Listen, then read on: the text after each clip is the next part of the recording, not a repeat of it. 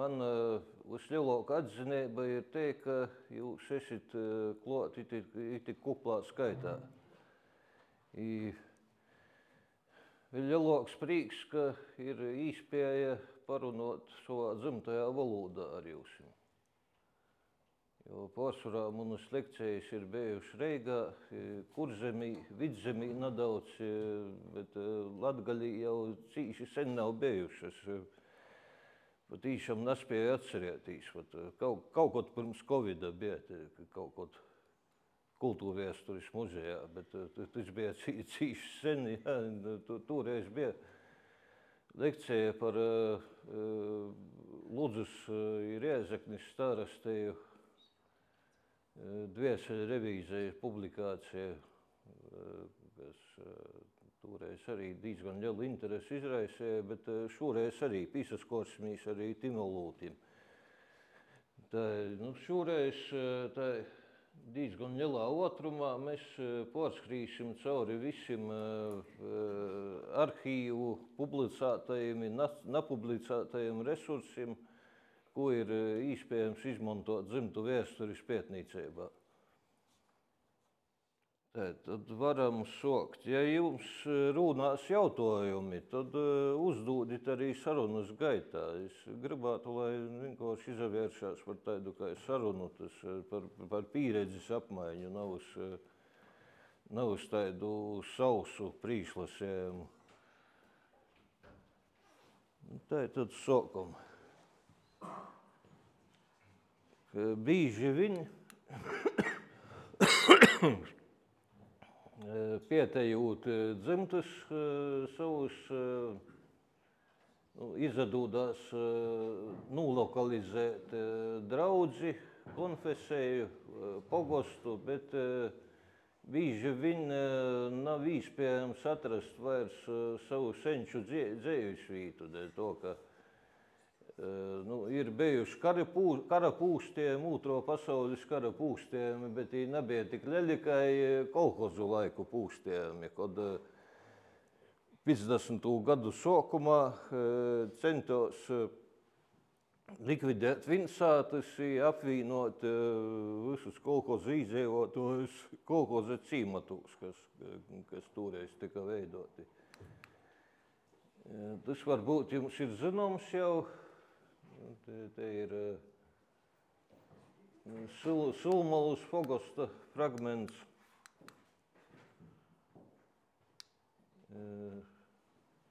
Obi ezeri, Tiskāda ezers, Lošu ezers. Latvijas armijas 1929. gada topogrāfisko karte, kas šajā kartē ir priekšrocība, tī ir atzīmētas arī jaunsaimniecības, kas tika izveidotas pēc agrāros reformas 20. gadu sākumā. Tad nokušais. Vācu armijas 17. 18. gada topogrāfisko karte. Man te neizdevos vai nemācēju izgrīst kādu fragmentu palielinumā. Tas ir vesela Rēzeknis apkārtnis, vesels kvadrāts, kur ir atzīmētas visas muižas, krūgi, baznīcas i cīmi.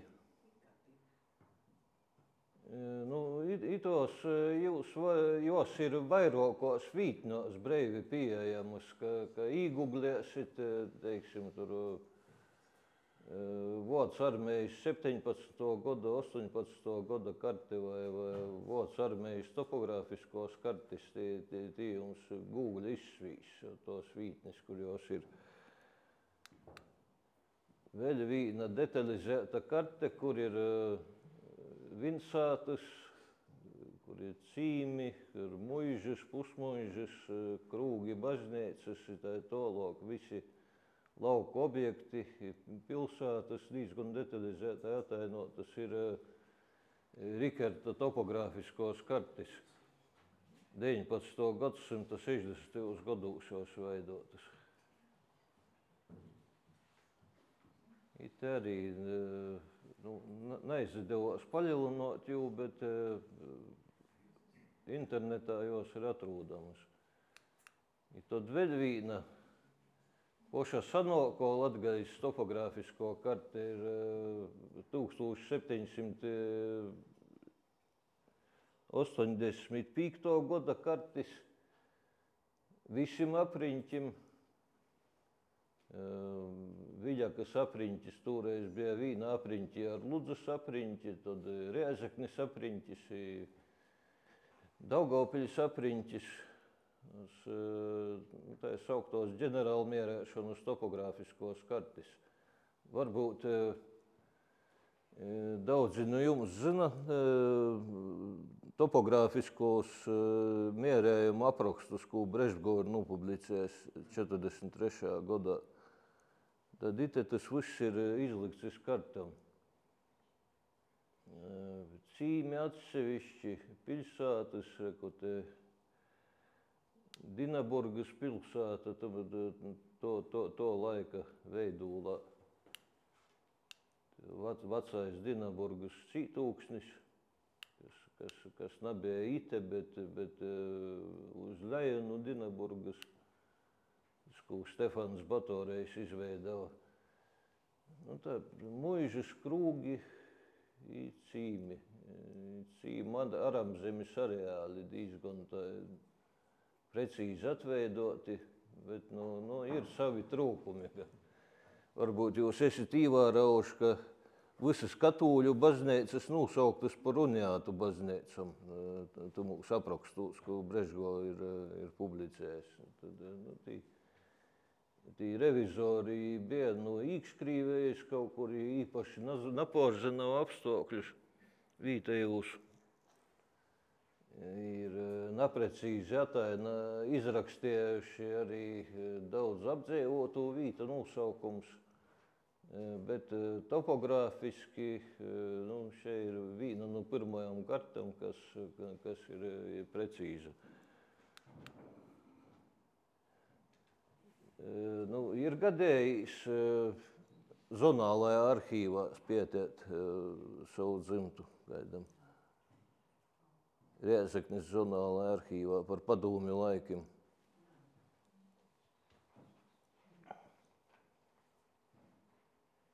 Tī ir diezgan detalizēta informācija par īdzēvotājiem.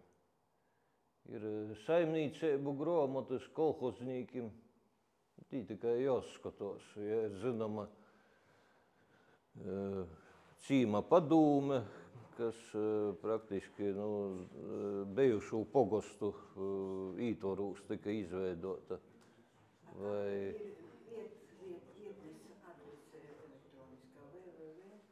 nē, te ir jāsaverās iz vītas zonālajos arhīvos.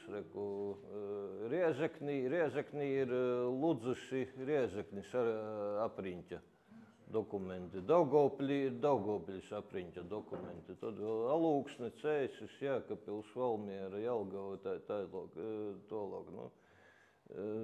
To ir iespējams atrast Latvijas Nacionālā arhīva mājas vietnē, mājas lapā. Saki, lūdzu, vai meklējušajos zonālajos arhīvos tur ir jāpierāda radniecība? Nē, radniecība attiecas tikai uz personu lietām. Teiksim, ir kaut kādas iestādes, kaut kādi uzņēmumi, kuri personu lietas. Tur šīs personu lietas drīkst skatīt tikai radinieki. Bet iemeslu nav prosa.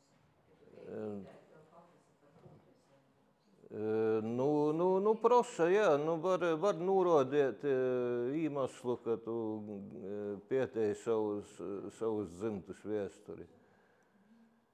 Jiem nav tīsēba atteikt, izņemot personāla lītas.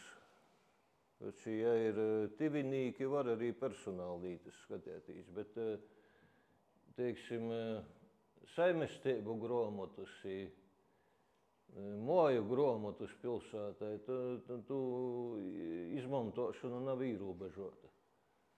Tu var skatētīs. Teiksim, Sulmalas cīma padūmis saimestības gromata. Te ir pa saimam sarakstēt, īdzēvot, norodieta radnīcības attīcības ar kaimiņu, ar saiminīku. Ar kaimiņu nebūs ar saiminīku.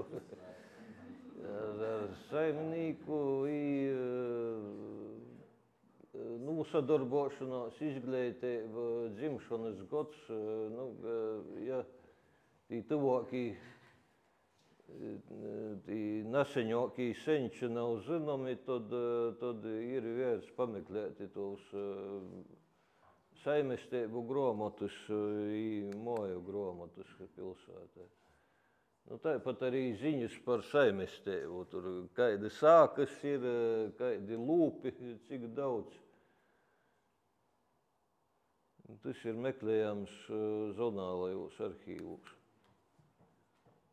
Tā galvenais olūds, baznīcu gromatas. Dzimušo, kristētu, laulotu, divgaldnieku, mirušo metrikas. Es te izskrīšu cauri visam konfesijām, pat cik droši vien jūsu senči arī varētu būt, ka pie vairākam konfesijām pīder, ka nav tikai katoļi vai staraveri vai židi. Luterāņu baznīcas gromatas. Ir atsevišķas gromatas, kas rakstētas latvīšu valodā, sākot no 18. gadsimta sākuma. Bet pārsvarā jos rakstētas vācu valodā. Te viens izņēmums, kad tāds, tāds mācētājs ir bijis Irbes evaņģēliskā luteriskajā draudzē.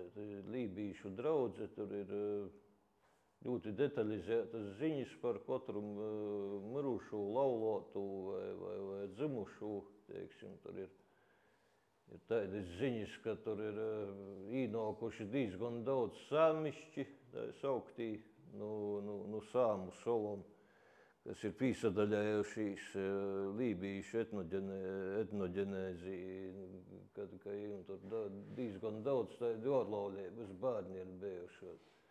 Maukas bērni, ļoti precīzi saukti.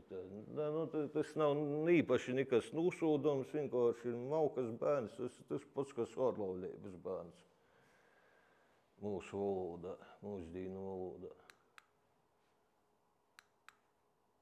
Tad,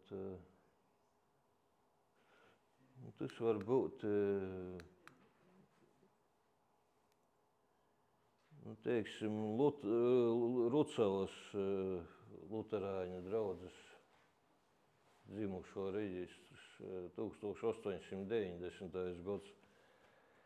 Te rakstēts vācu valodā, tāpat kā visam luterāņu draudzam tamā laikā. Tī ir jomāk tos frāzes tomēr izlasēt, ja pats tu cenšās meklēt. Ka nā, tad jāmeklē palīgs vai jāsavoicās lasēt. Diezgan daudz īdzēvotāji ir īsavoicējušies to darīt, cik man zināms. Tad laulotu reģistrs, kas luterāņiem te ir abi laulotī, cik veci, kod uzsaukti, treis svādinis pēc kortas, kas jūs vecāki, kod ir salauloti, kurš jūs salaulosi, kas ir bijis par līdzinīkim. Tā arī viens pīmārs no Rucavas draudzes, mirušu saragu reģistrs. Tā, kur es aizskrēju.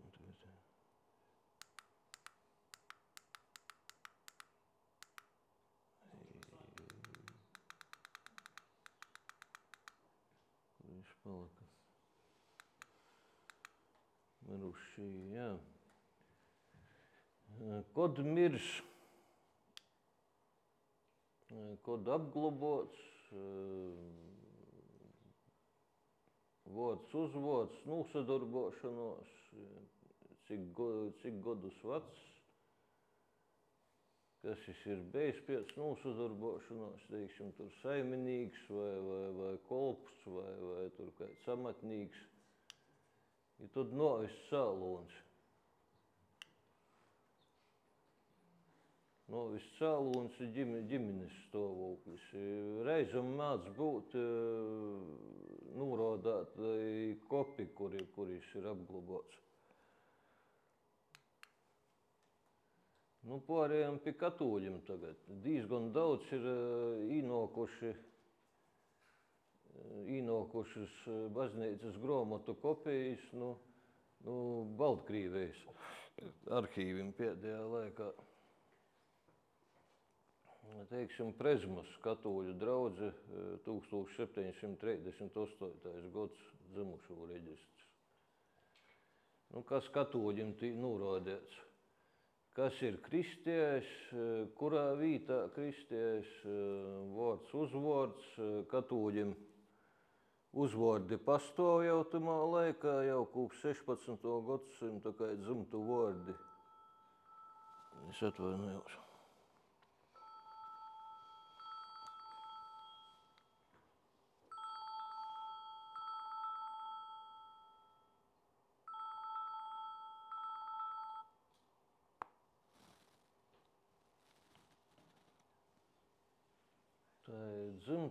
Dzimtu vārdi, uzvārdi, kā dzimtu vārdi pastāv jau tamā laikā katoļiem. Pastāv līdz pat šais dīnai. Tur ir visādi lazdāni, kivlinīki,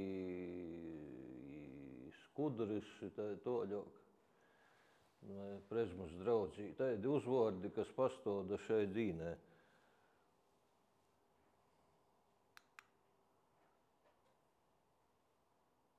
Nu, kas raksturīgs katoļim, da 1848. gadam tiek rakstēti īraksti pūļu valodā. Mana dzimto Varkavas draudze, te ir 38. gada dzimušo reģistrs.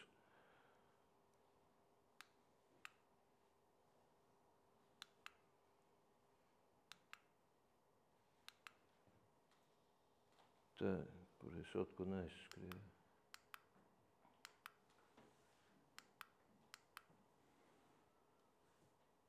Jiem ir katoļiem līdz 849. gadam rakstēti pūliski tī īraksti, pēc tam aizīt krīvu valoda. Tāpat kā luterāņiem 1890. gadu arī visi īraksti baznīcas grāmatos tiek veikti krīviski. Tā kā ir jāzina arī krīvu valoda. Jūs pētat luterāņi, tad ne tikai vācu valoda, krīvu valoda arī jaunākajos laikos.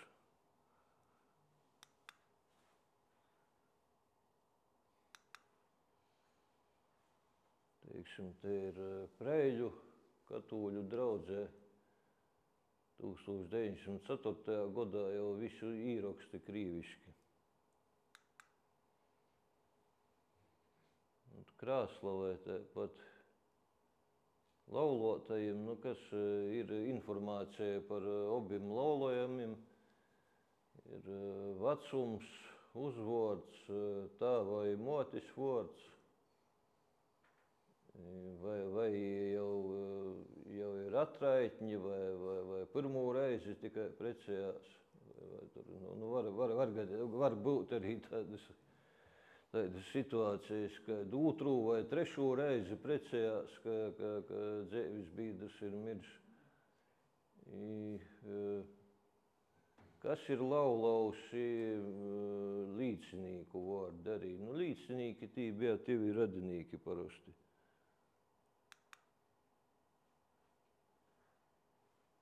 Mirušo otkon jau krīviski Krāslavs. Par pareizticīgajiem. Principā pareizticīgajiem arī schēma vīna te poša, tāpat kā luterāņiem un katoļiem. Tikai viņiem jau no poša sākuma rakstīts krīvu valodā viss. Gan par dzimušajiem, gan par laulotajiem, gan par mirušajiem.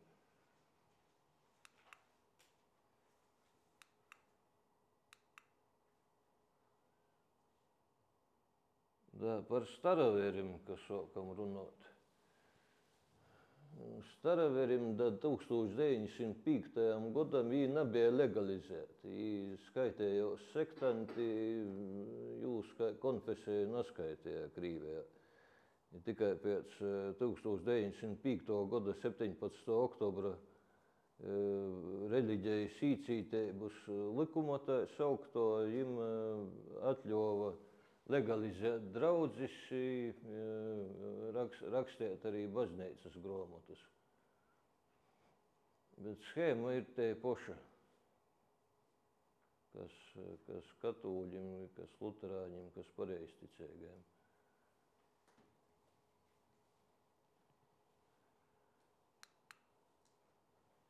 Tā ar židim bišķēt savādāk. Staraverim diezgan bīži arī pirms 1905. Gada mēģināja rakstīt tos reģistrus, bet viņiem tas nebija obligāti. Židim tī likumdošana cīši mainījās. Arī schēma bija savādāka, teiksim, ka kristīšiem bija kristēšana, židim bija apgraizēšana puikam 7. dīnā pēc dzimšanas veica. Tur arī rakstīts, kod dzims, kod apgraizēts. Tāpat vecāki minēti, līdzinīki, rabīns, kas veicis apgraizēšanu. Meitinam tas rituāls bija savādāks, tas laikam bija priekšā stādīšana draudzē, arī apmēram 7. dīnā pēc dzimšanas. Meitinam tur neko nagrīzes, tikai formāli stādīja draudzē priekšā. Var jautājumu? Jā. Apgreizēšana vai apgreiza arī sasdienīgi īkļu 7. dīnā sasdienī? Nu, tu nemāciešu pašciet, kas tad bija. Vai te bija košara darbība sasdienī vai nebija? Tādas detaļas es nezinu. Bet kur bija pieņemsim, viņam glabājās? Piemēram, bija baznīcas gromas parasti vai baznīcās, tad viņam arī sinagogos? Sinagogos, jā. Sinagogas idišājos sauca šūl. Nebija baznīca, bet škola. Dēļ to, ka visiem židim vērīšiem bija pienākums studēt svātos rakstus, rabīnu rakstus visu mūžu. Tur notika ne tikai tādi reliģiski rituāli, bet arī pirmam kārtam svātos rakstus studējas. Galvenā funkcija sinagogai bija.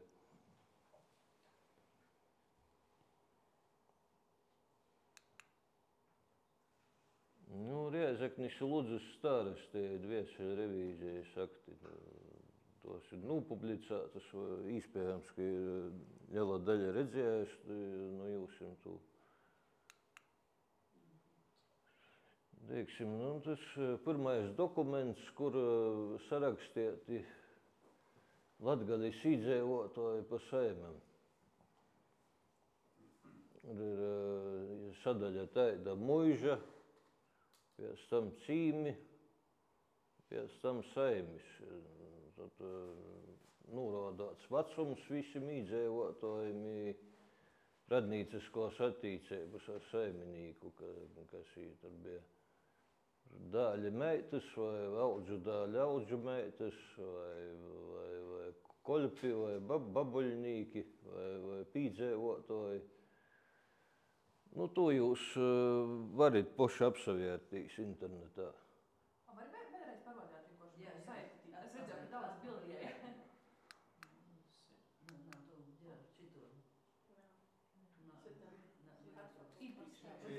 Pagā.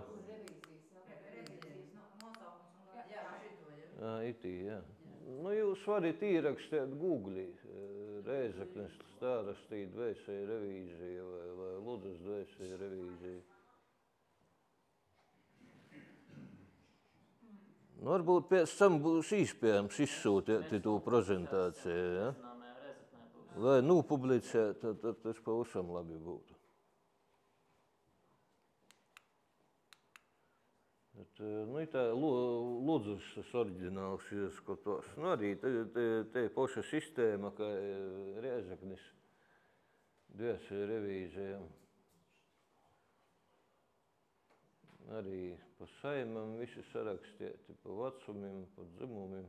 Revīzija tī tautas skaitīšana, ja? Nu, principā, jā, var teikt to. Tikai salīdzinojot ar 897. gada tautas skaitīšanu, tur nav tik plaša informācija, teiksim. 897. gada tautas skaitīšanā ir par izglītību, ir ziņas par dzimto valodu, par nūsadarbošanos. Nu, šitējos nav tik detalizētas. Nu, dvēseļu revīzēju akti.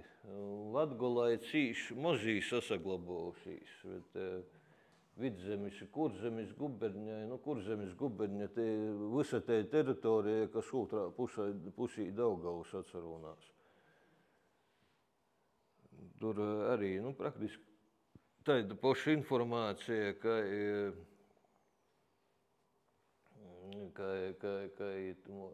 Ludzas Rēzeknes dvēsēja revīzijas.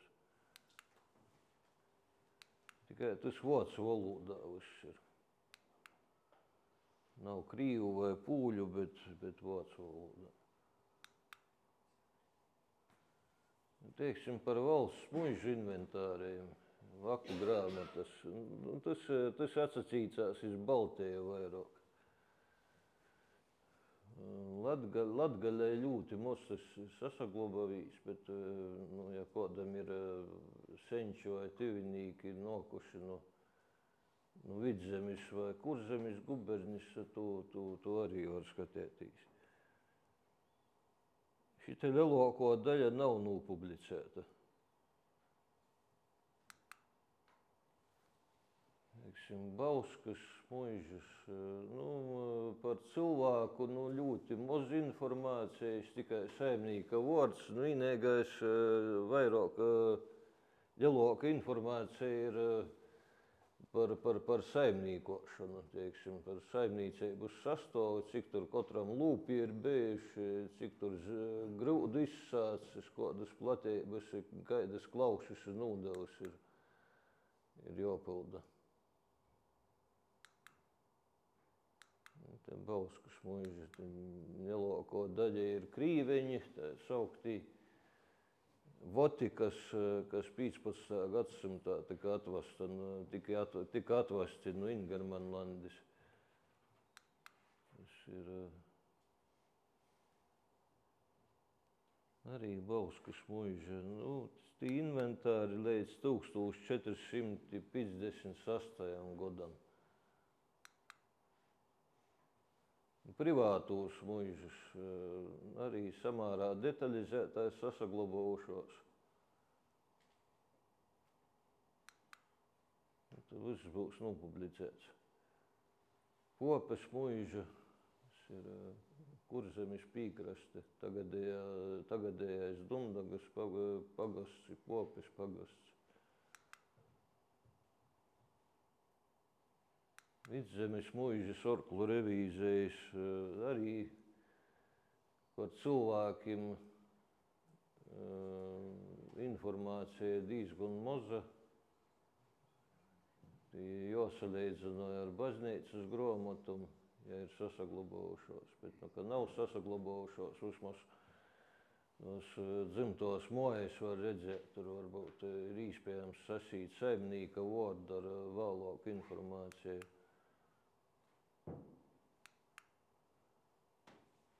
Pagastu valdis. Kas man zināms par pagastu valdam, Rozentovas pagasta valdes dokumenti ir vienkārši ideāli sasaglabājušies no Latgaļas.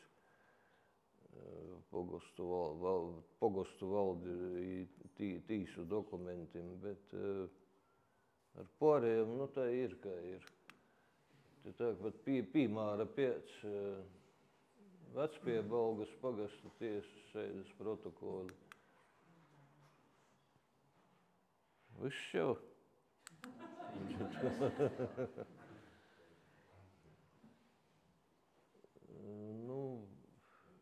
Jī nav publicēti nekādos radurakstos, nekur citur. Tur ir, ka interesē konkrēta pagasta valde, ir jāsainteresējās valsts vēstures arhīvā. Jāskatās. Lielāko daļa ir tādas diezgan fragmentārai sasaglabājušās tos pagasta valdes dokumenti. Bet, ja ir, tur ir iedzīvotāju saraksti, ir pat tādas baku pūtiešanas žurnāli, kā Rozentovas pagastam, kur arī praktiski visi iedzīvotāji sarakstīti, kas ir pūtāti. Kāds ir laika posms Rozentovas pagasta valdē? 1800 aptuveni 50. gadi līdz 19. gadam.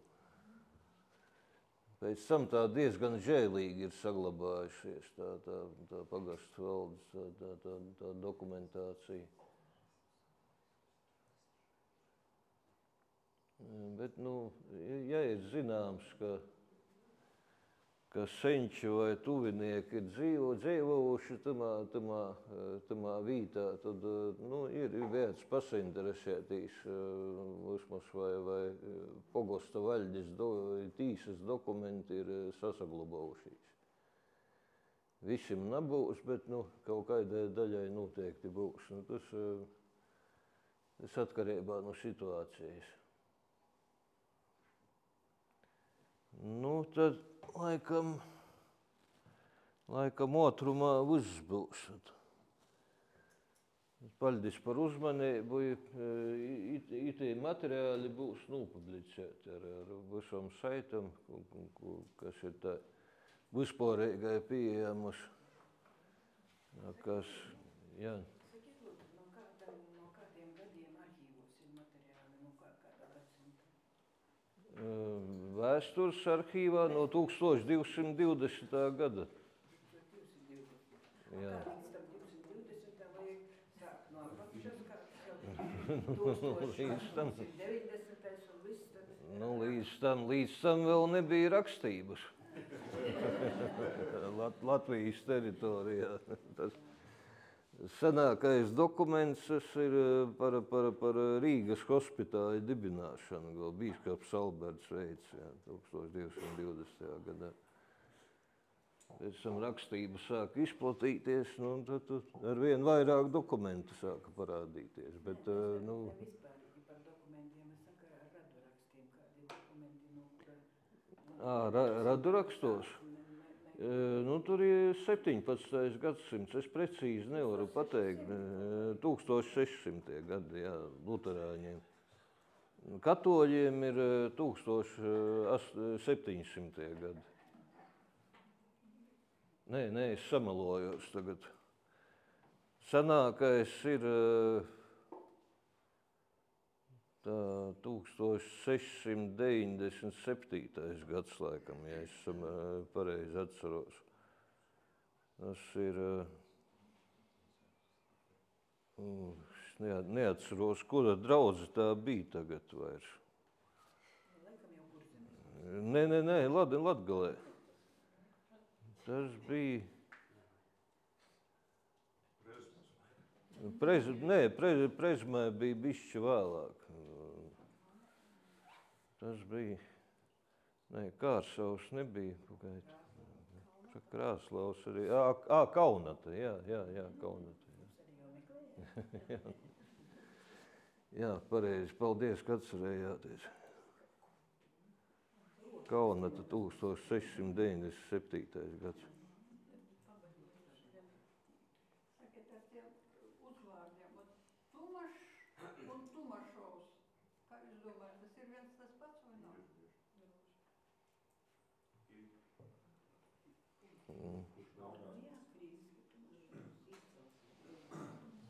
Nu, nezinu, tur kā katrs skrīveris pierakstīja to, tur arī jājautā. Tur jāskatās pēc situācijas. Vai viens un tas pats cilvēks? Nu, varbūt, tur jāmēģina izpētīt. Varbūt, ja viņam vecums sakrīt, tad varētu būt viens un tas pats. Tās uzvārdu variācijas ļoti izplatītas. Jā. Jūs kaut ko zināt par tiem lietuviešiem? Viņi atnāca ar saviem uzvārdiem vai viņi, vai viņiem te piešķīra uzvārdus? Nu, cik zināms ar saviem. Viņiem tur bija tādi tipiski diezgan tie uzvārdi. Mantēfels jau bija minējis 1868. gadā, ka jūs varbūt esat lasījuši to Polnišs Līflant vai Inflanti Poļski Mantēfeļi. Tur viņš uzskaita visus tos uzvārdus, kas ir raksturīgi tiem ciskādu lietuviešiem. Piemēram, man tantes tur kaut kur stāsta, ja, ka mans vectēvs ir no Lietuvas, ja, bet viņiem uzvārds pa teiva līnijai Lukjanovs. Nu, kāds lietuvietis var būt Lukjanovs?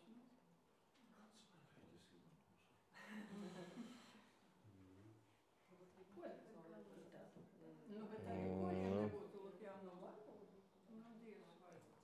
Nu, tur jau interesanti. Varbūt vecticībnieki arī kaut kādi pārgāja katoļu ticībā.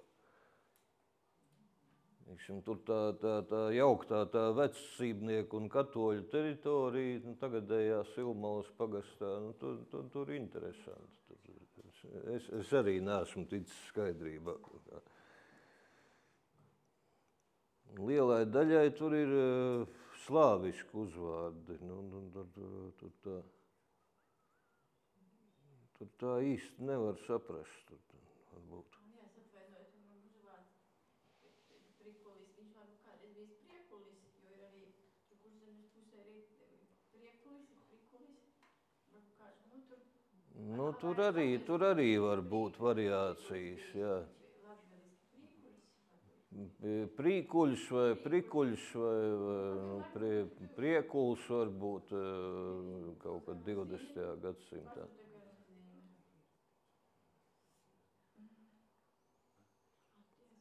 Diezgan daudz tādu gadījumi, ka uzvārds oficiāli netiek mainīts. Vienkārši tiek ierakstītas vairākas uzvārda variācijas. Kaut kur dokumentos. Nu, tā arī mēdza būt, ka tur ierakstīja visas tās variācijas. Nu, ne vairāk kā 3.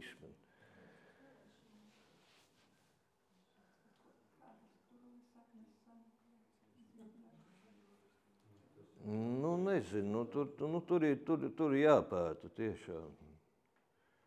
Tur ir grūti pateikt, tur jāskatās katrs tas individuālais variants. Jūs savas dzimtes šitos cenšus esat atradis? Rakstu šito sazīmējis? Nu, līdz 1708. gadam. Izrādās, ka tiešām ir pamatojums dzimtas leģendai, ka pirmais dzenis, Indriks, ienācis Svārkavas pagastā no Koknes. Cik tā lielas saimes bija, cik bērni bija? Manējiem īpaši daudz nebija, vairāk pa 5 nebija parasti. Mēs pētījām pie mūsu tur senčiem bija pa 12 bērniem, tur puse dzīvi palika. Tas arī, jā. Kaut gan, kas ir interesanti, ka katoļiem vairāk bērnu izdzīvoja, nezinu kāpēc. Luterāņiem apmēram pusi nomira, bet katoļiem tur tā retums tikai. Kaut gan tie sadzīves apstākļi diez vai bija labāki katoļiem vai tur aprūpēšana. Katoļi zināja, ka katrs dabūs pa zemes gabalam. Viņiem bija motivācija. Pēc tam bija grūtāk, jā, kad zemi bija jādala. Zemes gabals uz tik mazām strēmelītēm bija. Jaunākajiem vajadzēja burlakos doties. Primakos, kā saka. Primakos, iegātņos, bet Peļņā arī daudz brauca uz Pēterburgu vai kaut kur uz Baltijas zemēm. Bet sakiet, kā pats process notiek, piemēram, tu pats dodiet uz to, arhīvu un meklē, vai arī, piemēram, ir kaut kādi entuziasti, tu vari pasūtīt, kā gabaldarbu, lai viņi sarokā, ir praktiskā. Lielākoties tas pēc pašiniciatīvas. Jādodas pašam uz, var arī aizrakstīt, ja kaut kas konkrēts jau ir zināms, kaut kāda konkrētāka informācija, lai izsniedz arhīvu izziņu, bet, ja visu ļoti detalizēti grib pētīt, tad ir jādodas pašam.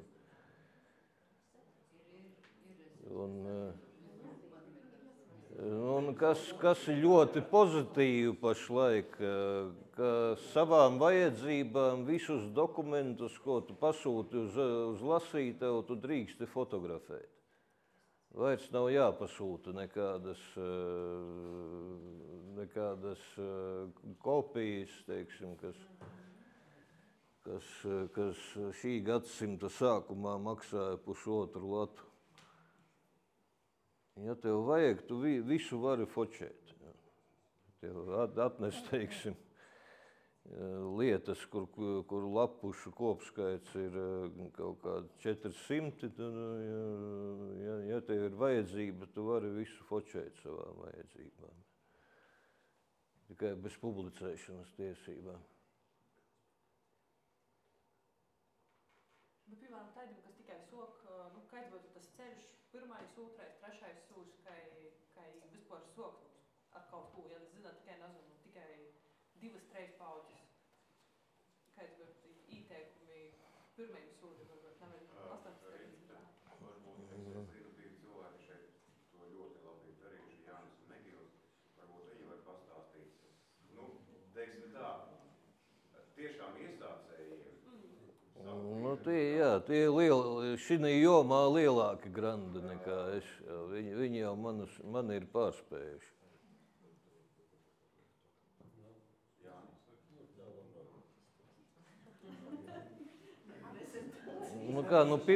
Pirmkārt jau radurakstos ir jāceņš. Paldies par grāmatiem, skolotājs kādreiz bija. Nē, es nevajag. Es vienu teikumu tik pateikšu nevajag. Faktiski, ar ko sākt, tas ir bieži uzdots jautājums, un atbildē ir tāda, kā kādreiz skolā skolotāji, nezinu, kurā tur mācību priekšmetās, uzdot kaut kādu nelielu darbiņu par savu dzimtu, par dzimtu izpētīt, un tad ar ko sākt. Un sāciet ar to, ko jūs zināt. Paņemiet baltu papīra lapu un uzrakstiet es. Un tad 2 bultiņas tēvs māte, tur jūs zināsiet dzimšanas vietas, pārsvarā visi, un laikus, un datumus. 3. paudze, 2 vectēvi, 2 vecmammas. tur jau var būt problēmas. Zina, kā sauc, kad dzima, kur dzima, kad precējās, cik bērnu bija un tam līdzīgi tur var sākties problēmas. Tātad, jūs jau esat noskaidrojuši, ko jūs nezināt, un tad sāciet no pakāpītēm. Ja? Es ļoti vienkārši saku, bet, protams, ir katram savi paņēmieni, katram sava pieeja, var dažādi to darīt. Sāciet kaut vai uz papīra, lapas burtnīcā, kladē, kantora grāmatā vai datorā, datorprogrammas izmantojot, kuras pašas piedāvā visu salikt pa plauktiņiem, ja nav jāraksta, tikai ierakstīts datus vajag. Tad jums radīsies priekšstats, ko jūs zināt un ko jūs gribat uzzināt. Var sākt pakāpeniski tēva mātes zaru veidot, var tikai vienu, lai nejauc galvu, kamēr radīsies iemaņas, prasmes un tam līdzīgi. Labā lieta ir tā, ka mūsdienās liels vairums no tā materiāla, kas mums derētu un būtu vajadzīgs, ir pieejams attālināti, digitāli. Ja? Ja vēl pirms kādiem 10 gadiem bija jābrauc uz Latvijas valsts vēstures arhīvu, kas, teiksim, no provinces bija ļoti apgrūtinoši pasūtīt lietu vienā reizē, pēc cik tur dienām braukt, tad skatīties, tas nebija īsti labi. Tagad jūs to, ko Agris rādīja un stāstīja, teiksim, tās visas baznīcu grāmatas, atveriet arhīva vietni raduraksti.lv un atrodiet sev vajadzīgo draudzi, teiksim, vai pagastu, vai muižu, un tad tur var pamazām sākt pētīt. Protams, dažreiz, ja to dara pirmo reizi, rodas tāda, kā teikt, rodas baiļu sajūta. Nē, šito es nekad nevarēšu izlasīt un saprast, kas tur rakstīts poliski, latīniski, vāciski, krieviski vai vēl kādā, un turklāt tas visus rokrakstos un bieži vien ļoti krecelīgos, nesaprotamos, neizlasāmos, un tad liek nos, ne, tas nav man, nepētīšu. Bet, paiet kāds laiks, varbūt atkal doba atgriežas un atkal var sākt. Un tā to daudzi dara. Un katram pētniekam es tā gribētu ieteikt,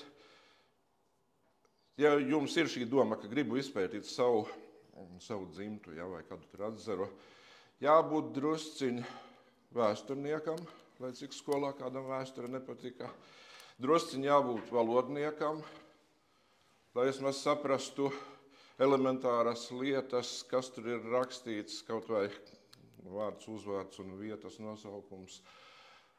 Un drusciņ jābūt arī ģeogrāfam, lai orientētos, teiksim, cauri gadu desmitiem un gadu simtiem apdzīvotajās vietās, ko Agris sāka ar kartēm, teiksim, zināt, kurai draudzei piederēja mūsu, teiksim, senči, baba, vecstāvs, jo, it kā mēs te kaut vai jūs, vai jebkurš dzīvojam Rēzeknē, bet katram no savas puses nāk, teiksim, 3., 4. paaudzē, kurā vietā, kā sauca to baznīcu, kuru laulājās vai kristīja, vai izvadīja mirušos, kāds tas bija pagasts, un ja pagasts, tad kādā apriņķī ietilpa.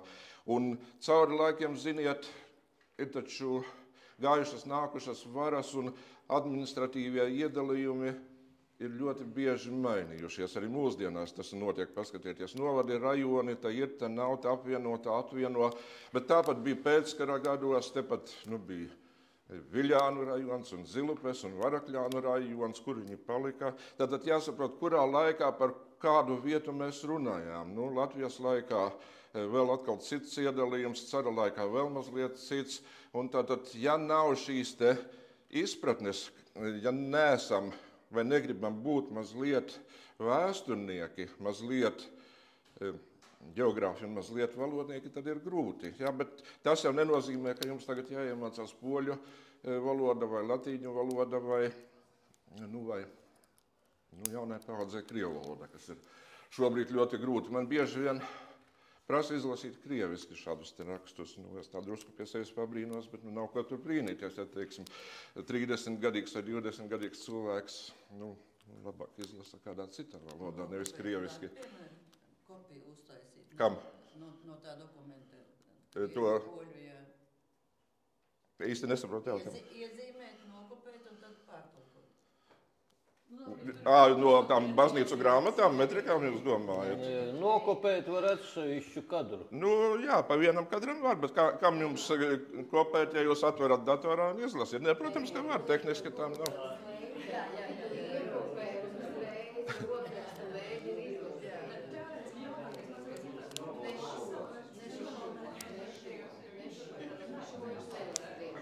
Jā. Tie ir tādi ļoti viegli un vienkārši ieteikumi, bet dažkārt tie ir ļoti svarīgi un tiešām, ja ir doma sākt pētīt, tad sākumā jūs izdomājat, kam jums tas vajadzīgs. Un kādreiz prasa, kā pareizi to koku veidot, kā to dzimtas visu konstrukciju parādīt, kā ir pareizi. Es atbildu tā, varbūt mana subjektīva tāda pieeja, pareizi ir tā, kā jums pašiem patīk, jo to jūs jau taču taisāt ne kaut kam parādīt, atrādīt, cik labi es to izdarīju, panācu, vienalga vizuāli un mākslinieciski vai kā tam līdzīgi. To jūs taisāt sev, saviem bērniem, saviem radiem, saviem mazbērniem.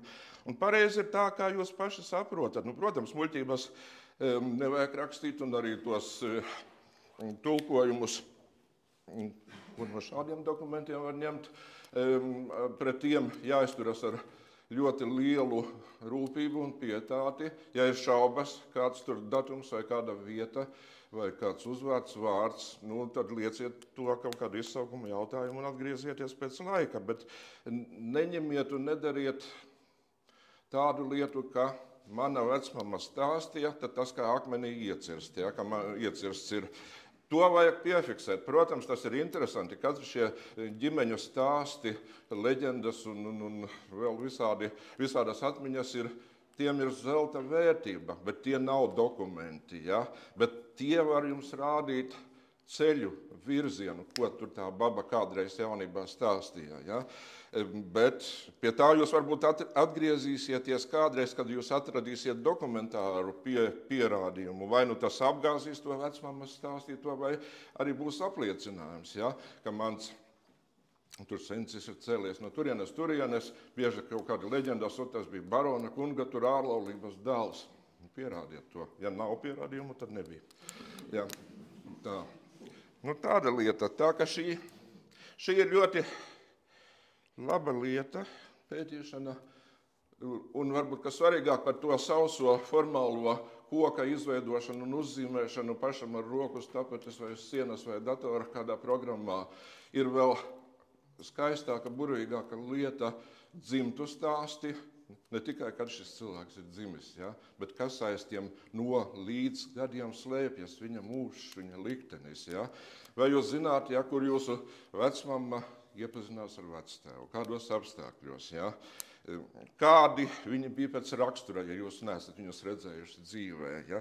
Kāda viņu tāda dzīves ikdiena bija. Un bezgala daudz šos stāstus var stāstīt, teiksim, nestāstīt, bet savākt priekš sevis atkal, ja? Pierakstīt, dokumentēt. Vienalga datorā vai ar roku, līdzīgi.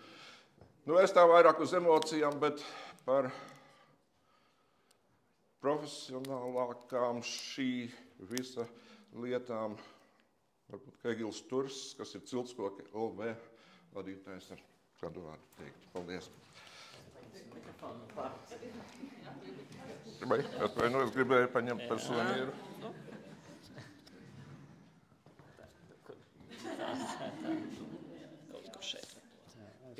Tas varbūt laikam nebija plānots pēc laikiem, ka mēs vēl runāsim.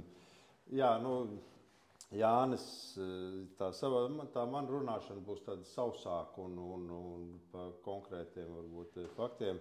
Noteikti, pirmkārtām nav noteikti formula 1, 2, 3, dari tā, noteikti nevar noteikt tos pareizos soļus, bet vēl būtiski, kā Jānis stāstīja, izejot vietas nosaukumi, manuprāt, tomēr pirmais ir, par kuru laiku posmu mēs runājam. Jo, ja mēs runājam tagad tuvākos 100 gadus un pagātnē, teiksim līdz 1920. gadam, jo tas ir viens, jo tas ir laiks, kur mēs digitāli faktiski neko neatrodam. Tas ir visa tā informācija guļ zem personas datu aizsardzība. Es runāju tikai par to, kas digitāli pieejams, nevis uz vietas arhīvos. Tātad, kur uzzināt par kaut kādiem saviem, kā nu kurām vienam vecais tēvs, vienam vecvectēvu, teiksim, šie 100 gadu robežās, varbūt ne visi zina caur Latvija LV un e-pakalpojumi vai pakalpojums LV, var pieprasīt e-izziņas. Kāds? Nē, tas jau vienalga, kur mēs ierakstam. Saku, saites adrese latvija.lv vai, var arī to googlē atrast. Protams, vienkārši tā saku. Es vienkārši informēju, ka ir tāda iespēja pasūtīt e-izziņas par dzimšanas laulību vai miršanas faktu. Tad 100 gadi, bet nesanāk. Tur par radniecības pierādīšanu tur es tik plaši nerunāšu. Protams, tuvākajiem vecais tēvs var, ja bišķiņ kaut kādi attālāki var uzrakstīt, ka tas vecāvu brālis, tur jāskatās jau, kāda būs atbilde. Bet pēc būtības to visu var uzzināt, jūs uzzināt, dabūnat vecā tēva, piemēram, dzimšanas izziņu, tur jau parādās viņa vecāku, un jums jau solis ir jau, lai mēs tiktu tanī laika posmā, kur ir pieejami dokumenti digitāli jau. Papildinājums, pieprasot šīs izziņas, svarīgi ir rakstīt lūdzu pilnu izrakstu no ieraksta. Vai tā, pie šī ir iespēja pasūtīt tātad dzimšanas fakta apliecības kopiju, norakstu vai izziņu. Jums nevajag ne kopiju, ne norakstu, jo kopija tas ir to, ko mēs dzimšanrakstu vārds, uzvārds, sausie fakti.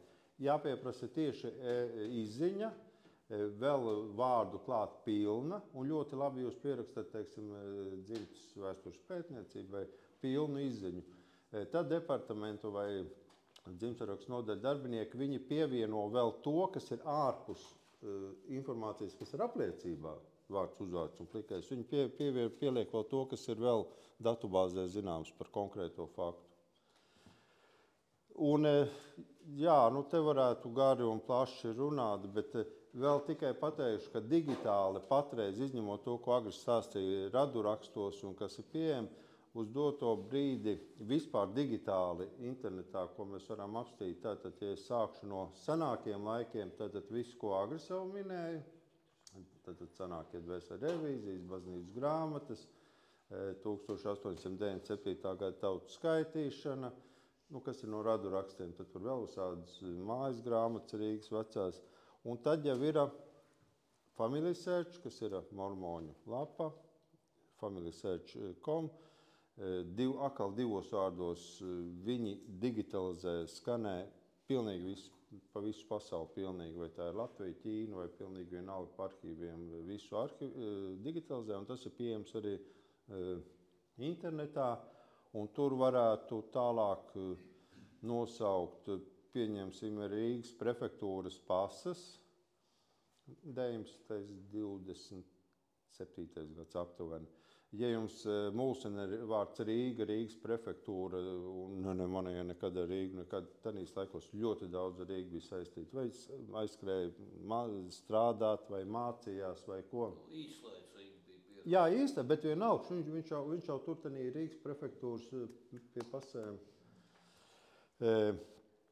Rīgas mājas grāmatas aptuveni līdz 30. gadam. Tālāk ir... Es varbūt uztrauku ātri. Nākamais posms ir 1935. gada tautu skaitīšana, kas ir. Tālāk ir 1941. gada tautu skaitīšana. Bet nepilnībā. Tādā ziņā nepilnībā, tas, kas arhīvā ir. Mūsu arhīvā. Bet viņi, tie mormoņi, visu vai tad ir? Cits jautājums, vai varās vai nevarās bildes. Tur ir, tas jākal atsevišķi, mēs to varētu. Drošāk ir skatīties arhīvā. Gan 35. gada tautas skaitīšana, gan 41. gadu. Nē, protams, jo tas viss, es par to, ko mēs varam šeit sēžot, nebraucot uz Rīgu, teiksim, kas ir digitāli. Tas cits jautājums, vai tās bildes varās? Nepilnīgi un vai varās, jā. Jā. Drošāk ir. Jā, protams. Tāds fonds, 1308. fonds. Viņš ir ļoti plašs, jā. Tur ir viss tautas skaitīšanas, tur ir kara klausības dokumenti. Valsts statistiskā pārvalde. Tur ir 29. gada lauksaimniecības skaitīšana pa apriņķiem un pagastiem. 35. gada tautas skaitīšana arī tāpat pa apriņķiem pagastiem sakārtota. 39. gada lauksaimniecības skaitīšana, tur ir ar ziņām par lauksaimniecības inventāru, par zemēm, par zemju koplatību, par zemu izmantošanu, par saimniecībām ziņas. Un tad ir 1941. gada tautas skaitīšana. Labi, nobeidzot, starp visiem un pat tiem gada ir arī, kas ir pieejami, kas arī no mūsu arhīva, tie ir kara klausību dokumenti.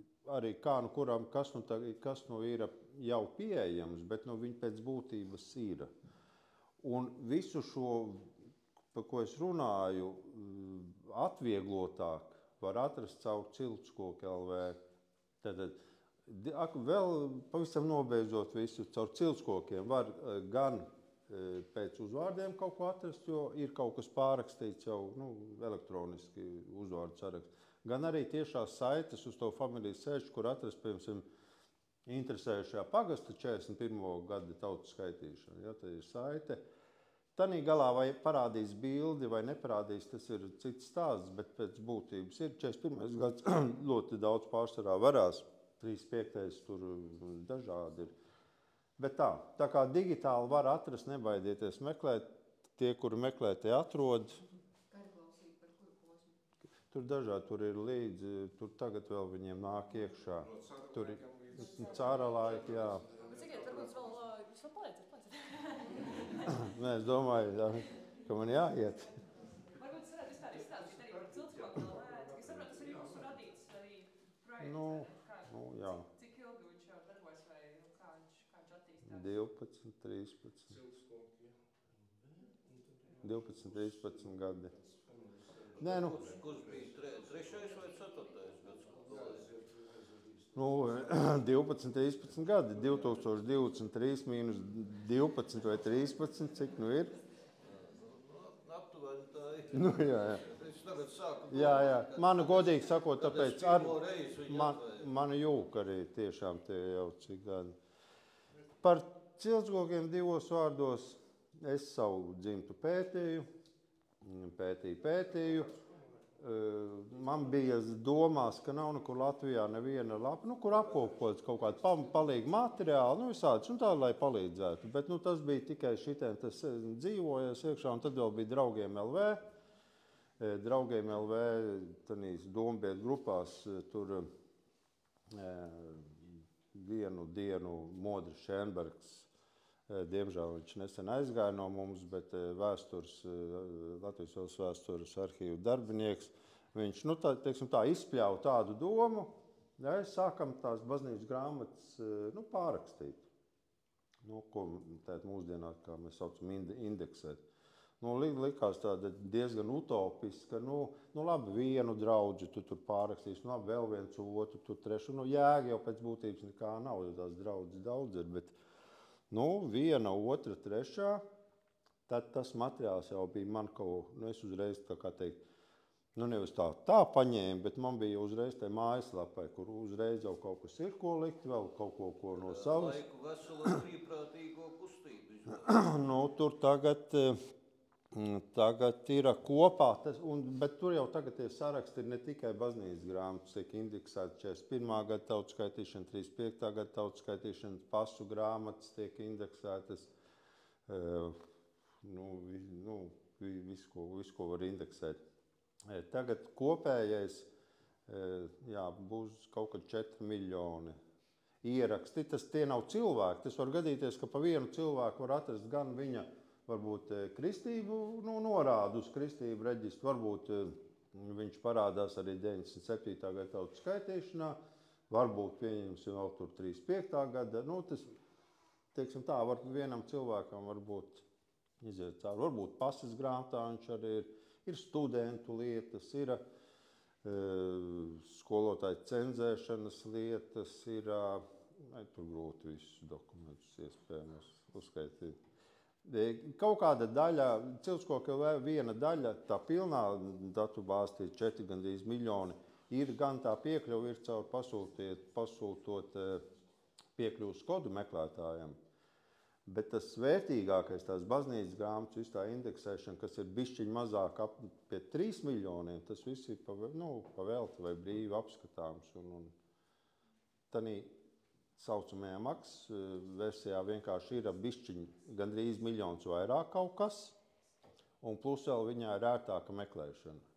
Ja brīvi pieejamā ir jāiet, vispirms baznīcas grāmatas, tad jāatrod, kurā draudzē, tad pēc alfabēta meklē, pēc tam ir tāpat uz 35. gada skaitīšanu, pēc alfabēta meklē, tanī plus sadaļā ir viens meklētājs, un tu ierakst uzvārdu, un viņš meklē pilnīgi caur visiem dokumentiem. Kādu sarakstu ir. Tas tā kaut kā. Es jau varētu, es aizvakaru, ka bija Ogrē aptuveni 4 stundas tikai par Ciltskokiem runājot, jo tur ir vēl viss, kas daudz pieejama. Neapstājieties tikai pie uzvārdiem. Noderīgas saites, jā, tāpat gotiskie burti, kā lāsē. Kaut kas viss, kas ir vajadzīgs šim procesam. Tā kā rociet uz priekšu. Vakarā mājās pa lāpstiņai un studentu lietas ir tās, kas ir, tagad ir tās, kas ir universitāte. Tas, kas tur ir, tikai ir, tas pats, tikai ir saite jau uz Family Search. Pašas lietas, pagaid, kā tur bija, bija nopublicētas arī, vai jāskatās? Es runāju par studentu lietām tām, kas ir radurakstos, kur ir studenti. Kas ir, tur ir Latvijas universitāte un Politehniskais institūts. Nē, universitāte. Bet Politehniskais institūts arī. Politehniskais arī, Politehniskais, man šādi tādi saraksti ir, viņi jāapstrādā. Viņi arī ir Family Search, viņus arī var dabūt, bet nevar visu. Tas, kas ir tagad Ciltskokos, tas ir tas, kas ir no universitāte. Tur skaidri redzam, bet citas tur nav, piemēram. Ciltskokos? Nē, Politehniskais, nē, es caur universitāti esmu skatījusies. Universitāte ir universitāte. Es jautāju, vai jūsu... Vai Ciltskokos ir... Vai ir citas arī augstos, piemēram, Politehniskais? Nē, tas, kas ir radurakstos, vai ne? Es nezinu. Es jau esmu godīgi sakot, man uzreiz smadzenes varbūt netiek līdzi. Jo es godīgi sakot, ar citreiz apjūku, kas tur pašos Ciltskokos pār ir.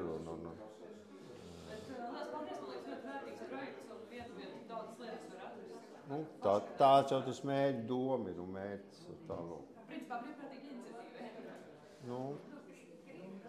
Kādreiz par nelaimi es sev domāju, bet jau vairs nav kur atkāpties. Vesela kustība brīvprātīgo, ne tikai iniciatīva. Tālāk. Man ir jautājums, ja baznīcā bijis ugunsgrēks un arhīvs nav saglabājies.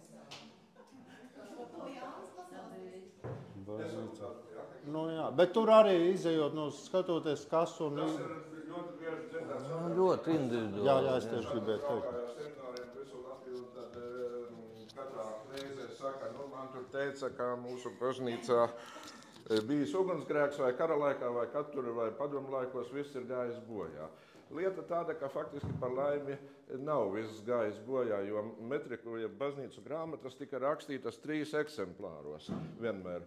Ja? Un pirmais eksemplārs palika, tas es runāju, teiksim, par cara laikiem līdz 20. gadam, 19. gadsimts.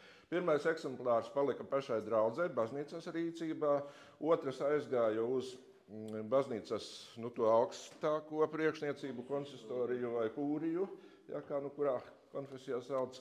Un trešais eksemplārs aizgāja uz guberņas pārvaldes arhīvu. Teiksim, Latgales gadījumā tas ir Vitebska, ja, Kurzemes guberņā Jelgava un Vidzemes Rīga. Ja. Ja.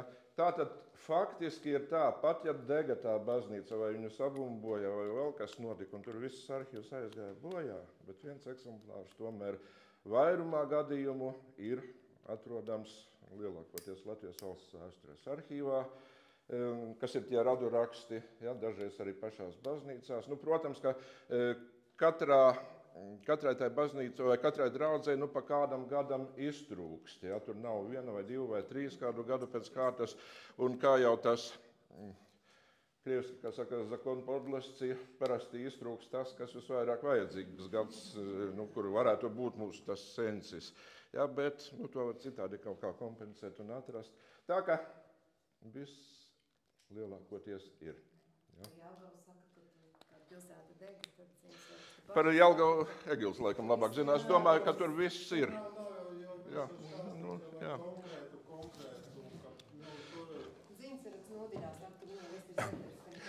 Tas, ko es teicu, faktiski attiecas vairāk uz katoļu luterāņu metriku grāmatām. Jā, drusku citādā situācijā ar staroveriem, vecticībniekiem. Tur Agris drusciņi minēja, jā, tur cita politiska tā nianse iejaucās.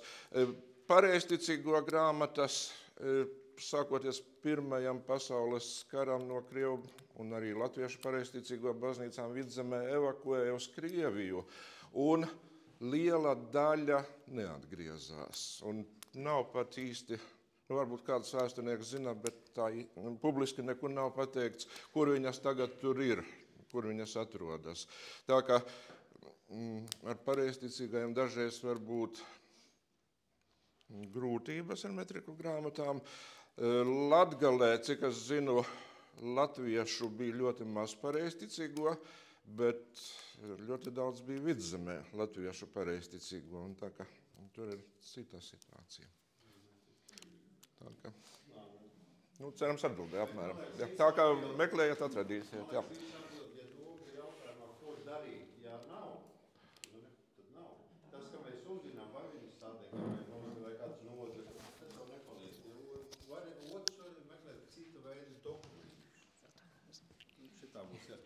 Apsēsties. Mēs sāksim mukt. Nē, tik tās atbildi, tik tāda īsta. Cita veida. Tagad viņam vajag. Atstās, apsēdieties, Es varu ar šito skriet. 17. gada tautas skaitīšana. Pa pagastiem jāmeklē. Es jau to pa pagastiem, un tur ir visi Latgales pagasti, visu atradīsiet gandrīz. Atkal varbūt ļoti mazi izņēmumi, bet pārsvarā. Varbūt kāds grib padalīties stāstā, kā jums ir gājis? Jā, tieši tajā krātuvītē, jā. Jo es šos kungus arī pazīstu, jo pirms gadiem 10 pats aktīvi raku šīs te baznīcu grāmatas un biju aizrāvies. Un ko es gribētu ieteikt? Veidojot savu ciltskoku, visērtāk, manuprāt, to darīt ir speciālas vietnes internetā, jā, kā pieņemsim Geni.com vai MyHeritage.com, kur cilvēki piereģistrējas un sāk būvēt savu ciltskoku. Un bieži vien iznāk tā, ka cilvēki visā pasaulē caur šīm vietnēm veido savus ciltskokus un tie čaklākie, roku dziļi, plaši, teiksim, savā laikā es arī tur pāri 1500 ierakstus esmu, cilvēkus pievienojis, un bieži vien ir tā, ka kāds cilvēks, kurš tur jau ir pastrādājis čakli, un mēs pieslēdzoties izrādās, ka tur no mūsu radiem jau ir savadīts vesels tur zars, jā, un mums jau ir gatava kaut kāda bilde. Respektīvi, tas ir tas, ko es ieteiktu izdarīt, sākt vadīt to savu ciltskoku tieši kaut kādā online resursā, jo tas principā jums ar kaut kādu, pirmkārt tas ir ērti, otrkārt jūs arī kādam citam varat labu izdarīt, vai arī pats kaut ko atklāt priekš sevis. Cik paudzēs tev jau ir? Cik paudzēs? Tālākais ir, tā bija Ciblas puse, kur ir saglabājies šī te, kas tas bija? Tā bija dvēseli revīzijas laikam, jā, līdz 17. gadsimtam, tur ir 11 paudzes. Tālāk jau nevar. Bet tālāk jau nevar. Ļoti daudz. Tas ir viens zars, jā, bet tā normāli kaut kādas 6, 7, 8. Jo 8, es teiksim, ja sevi uzskatām, 30, 40 gadu. Jā, un tālāk veids vienkārši. Vienkārši nav dokumentācija. Es uzskatu, ka 30 gadu. Atcerējos, ka bija pēc sākuma. Varbūt labāk padalīties ar vēl kaut kāds tāds. Es arī piebilst, ja, ka ja jums ir tiešām kāds bijis tiesāts, piemēram, padomu laikā ģimenes loceklis, man šogad ir nācies pastrādāt ar Martu Skuju, piemēram, diezgan daudz, un tādā vīzē es paņēmu vecmāmas brāli, un tad tu redzi šos pratināšanas protokolus, un tad tu redzi ļoti dažādus, ne tikai dzīves stāstus, ja, bet tu patiešām ieraugi tādas detaļas, ko neviens cits dokuments nefiksē. Piemēram, Martai Skujai parādās augums precīzs, matu krāsa, acis, ja? Un nevienā grāmatā līdz tam, piemēram, tu neesi saskāries ar tādu informāciju. Un tur tu vari atrast arī personas lietas, piemēram, es atradu savam onkulim, ka viņam ir bijusi 1. klasē šahā un sportā un citās lietās, lai arī viņš, kā saka, bija vispirms Tartu cietumā, pēc tam Pēterburgā cietumā, pēc tam Zelta raktuvēs, ja?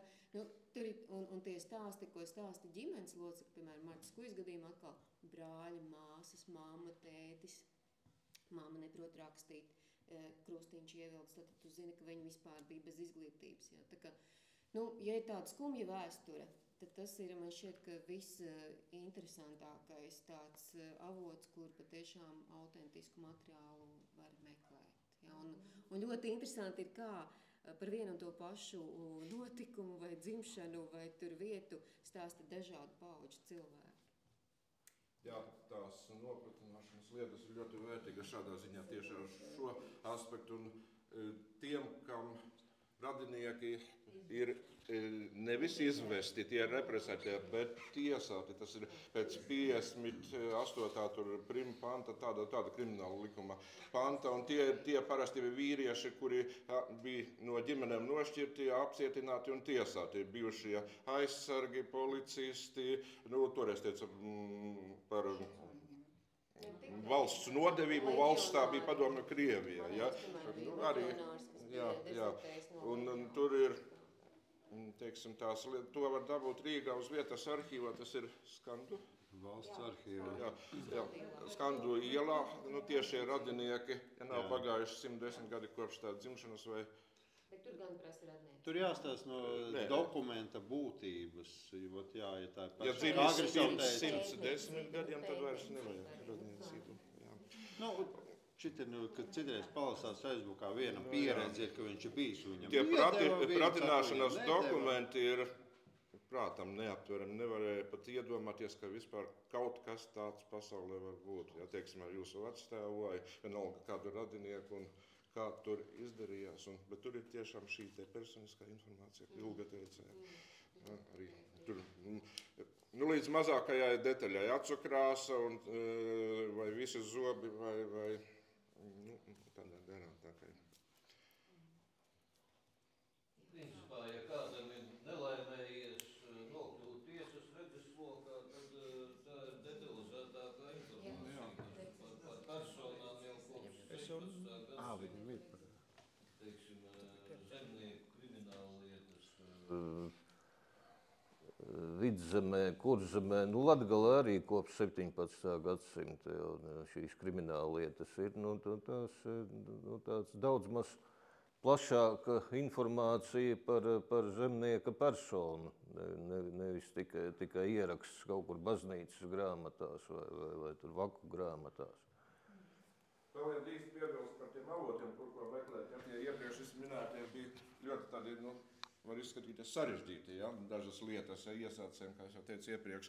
Bet ļoti vienkārši un ļoti bagāts ar informāciju avots ir Nacionālās bibliotekas periodikas vietne periodika.lv, kur ir visas Latvijā izdotās avīzes latviski, vai arī Latvijā izdotās citās valodās avīzes, un tur nav ne jāreģistrējas, nekā, vienkārši meklēšana ir ļoti vienkārši. Ieraksta vārdu vai uzvārdu vai vietu, tur dažādās variācijās, argalotni, bez haršņāceņiem un tam līdzīgi uzvārdu, un tur izmetīs visus rakstus, kur teiksim, šāds uzvārds ir minēts. Nu, ja jums ir uzvārds Bēziņš, Kalniņš vai Krūmiņš, tad tur būs daudz tūkstoši un tur bezcerīgi, bet ja kāds uzvārds ir retāks vai vietas nosaukums vai tam līdzīgi, tur var atrast brīnumainas lietas. Jūs pat nevarat iedomāties, sākot no, teiksim, 30.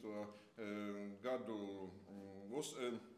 sadarināšanās un laulības sludinājumiem vai apsveikumiem un kriminālu lietas, un viss sākot ar zemes lietām, agrārā reforma, tur parādās uzvārdi, māju nosaukumi, tam līdzīgi, kam, cik, kurā vietā piešķīra zemi, kad sadaliet šīs Latgales šņoru zemes jau par viensētas īpašumu un visu kaut ko. Un tur var variēt. Vienreiz ierakstiet tā, otrais tā, trešreiz. Manam vecvectēvam banka govi atņēma Jā. sekšanai. Nu, līdz pat tādiem. Jā, ja par goju runā, tad es pateikšu vienu piemēru no savas prakses par zirgu. Jā, ko es atradu, teiksim, es īsti nezināju, kā vecmammas tēvu sauca, kāds viņam bija vārds. Viņš jau bija sen miris un droši vien, ka zināja, bet kā nelaime ir parasti tā, ka mēs sākam par šādām lietām vairums interesēties, kad jau tie mūsu mīļie, tuvie priekšteči, vecākie radi jau nav šajā saulē, kas varēja pastāstīt, bet toreiz, kad varēja, tad mums tas neinteresēja, kā parasti ir. Ja? Un es nezināju, kāds ir tas vectēva vārds, un tad es tajā periodikā ierakstīju vecmammas vārdu, uzvārdu, Helēna Barkāne, un tur izmeta valdības vēstnesī oficiālajā avīzē, kurā tur 20 kaut kurā gadā paziņojums uzskatīt Helēnas Barkānes Pētera meitas zirga pasi par nederīgu. Kādreiz zirgiem bija pasas, lai pret zakšanu cīnītos. Un tātad tur bija parādījās Pētera meita. Un tad man viss aizgāja kā pa diedziņu. Tad es atradu arī visu vectēvu un tā tālāk. Tā kā it kā tādi sīkumi, bet ļoti dažreiz palīdz. Zirgs nav sīkums.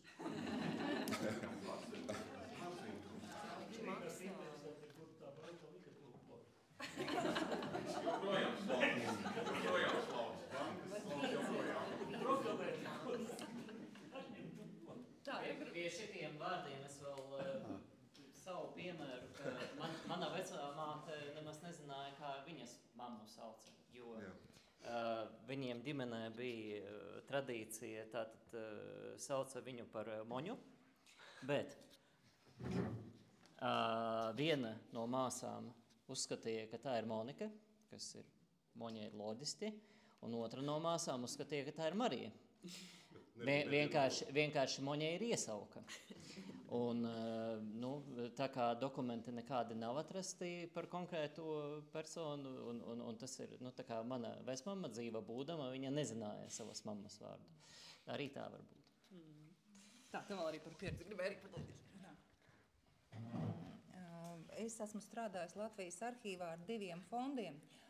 Viens ir Robežsardzes fonds, kur ir uzskaitīti visi 4600, nepilni 4700 robežsargi, kas tātad Latvijas laikā ir dienējuši, kurš īsāku, kurš garāku laiku robežsardzēja. Lūk, ar daudzas lietas es robežsargu esmu skatījusi, jo man pašai vectēvs bija robežsargs un 41. gadā tika arestēts. Tas ir viens ļoti noderīgs fonds. Tās ir personas lietas, tādas dienesta lietas robežsargiem. Tur tad noteikti ir uzskaitīts ģimenes sastāvs, parādās gan bērnu dzimšanas. Patiesībā tās ir tā kā apliecības, jo no baznīcas tajā laikā bērns piedzimst un tās apliecības kopija tika dienesta lietā pievienota. Esmu redzējusi, ka nomirst kāds radinieks, un tad tur tiek rakstīts, ka robežsargs tiek atvaļināts, lai viņš aizbrauktu uz Bērēm. Ir bijušas sadarināšanās, kas ir pārtrauktas, un arī tādi fakti tur ir. Un robežsargiem bija atestācija ik pa pusgadu, kur priekšnieki tātad rakstīja, cik viņš ir labs un atbilstošs savam ieņemamajam amatam. Tātad tas ir vērtīgs fonds, 5488, jā. Lūk, un tas, ko nesen Egils ir pievienojis Ciltskokos, tas ir skolotāja cenze fonds. Tad, ja robežsargi 4600, nepilni 4700, tad skolotāju cenze fondā tur ir 3 tādas biezas grāmatas fiziski tikai aprakstā, kur ir alfabētiskie vārdi, uzvārdi. Un tās skolotāja personas lietas patiesībā, kur ir gan informācija par viņu izglītības iegūšanu obligāti, jo viņiem vajadzēja pierādīt, jā, kur viņi ir ieguvuši izglītību. Un tur ļoti interesanti arī materiāli arī par daudziem skolotājiem, kas strādājuši pirms Latvijas Republikas veidošanās, un viņi bijuši bēgļu gaitās Krievijā, kuri vai nu viņi strādājuši vai mācījušies, un šo skolotāja cenze fonda datus caur Ciltskoki plus, vienkārši ierakstot vārdu uzvārdu, jā, jūs dabūjat jau konkrēto arhīva lietas numuru. Jā. Šīs lietas, manuprāt, nav vēl Egila Family Searchās. Ir? Viņas ir, bet viņas nevarās. Bet viņas nevarās, jā, jo tur, jā.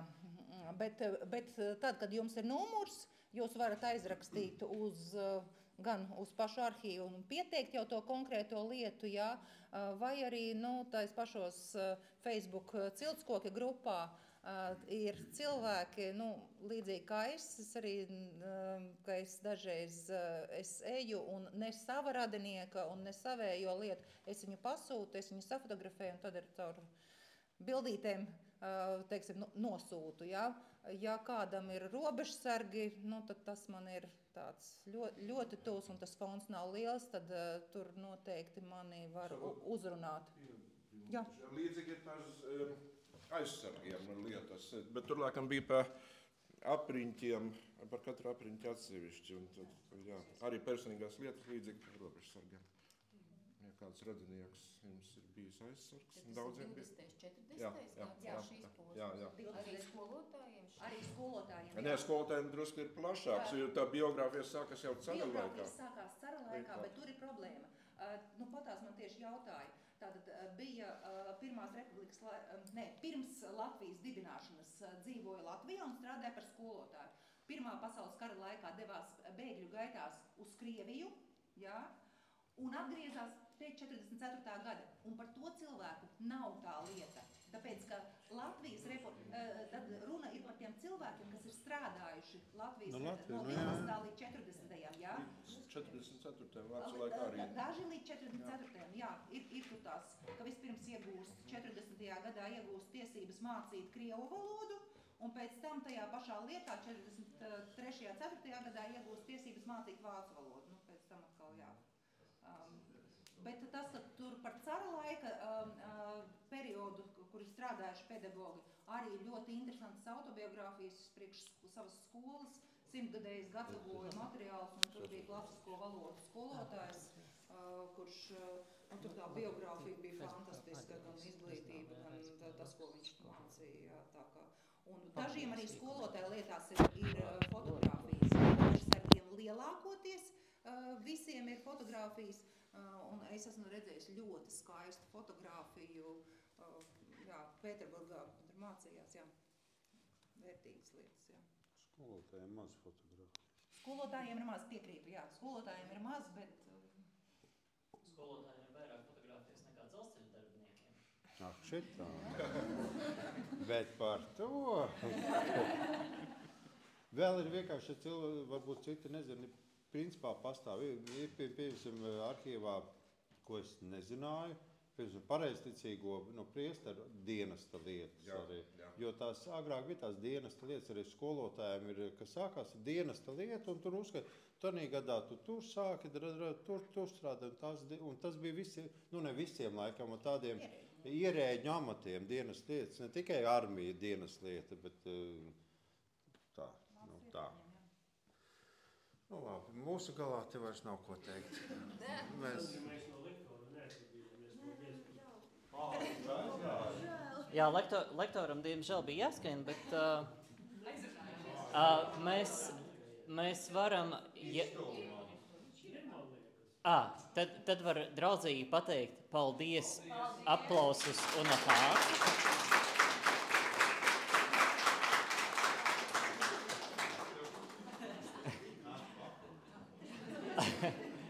Un es domāju, ka mēs tagad varam iet un neformāli padzert tēju, apēst pīrāgu un turpināt sarunas jau neformālāk.